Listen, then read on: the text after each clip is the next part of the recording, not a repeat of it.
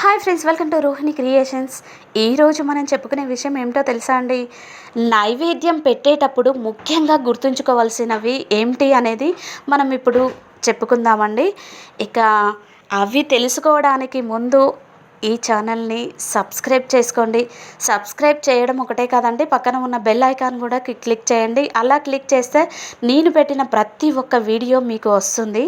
ఇక నైవేద్యం పెట్టేటప్పుడు ముఖ్యంగా గుర్తుంచుకోవాల్సినవి ఏమిటి అంటే, స్వామికి నైవేద్యం పెడుతుంటాం కదండి. స్వామి నైవేద్యం కోసం చేసిన దాంట్లో నుంచి కొంత విడిచి తీసి పెట్టకూడదు. మనం ఎంత వండితే అంత పెట్టేసేయాలి. ఇంకా పెట్టే పాత్రలో నిండుగా పెట్టాలి. కొంచెం వెల్తిగా అన్నట్టుగా పెట్టకూడదు, నిండుగా పెట్టాలి. చాలామంది నైవేద్యం పెట్టి నీళ్లు మర్చిపోతూ ఉంటారండి. అలా చేయడం చాలా తప్పండి. నీళ్లు తప్పనిసరిగా పెట్టాలి. ఇక వీలైనంత సమయం నివేదనను స్వామి దగ్గర పెట్టాలి. ఇక పంచదార కంటే బెల్లంతో వండినవి ఎక్కువగా ఉండేలాగా చూసుకోవాలి. ఇలా గనక చేస్తే ఆ దేవుడు మిమ్మల్ని కరుణిస్తాడండి. ఏ ఏ పొద్దుల్లో దీపారాధన చేయాలి అనేది ఇప్పుడు మనం తెలుసుకుందామండి. మనం దీపం పెడుతుంటాం కదండి. అయ్యో, టైం దాటిపోయింది, మళ్ళీ ఇప్పుడు పెట్టొచ్చా పెట్టకూడదా అని మనం అనుకుంటూ ఉంటాము.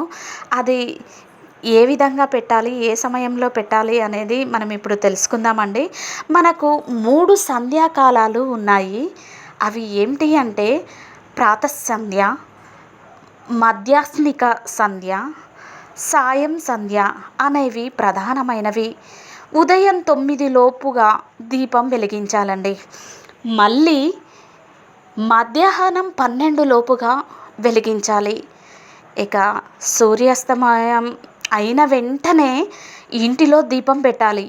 కుదరని పక్షంలో రాత్రిలోపుగా దీపం వెలిగించాలి. రాత్రంతా దీపం వెలిగించి ఉంచడం మంచిదని పెద్దలు చెబుతూ ఉంటారండి. ఇలా వెలుగుతుంటే మనకు మంచి జరుగుతుంది, కలిసి వస్తుంది అని అంటారు. Thank you for watching.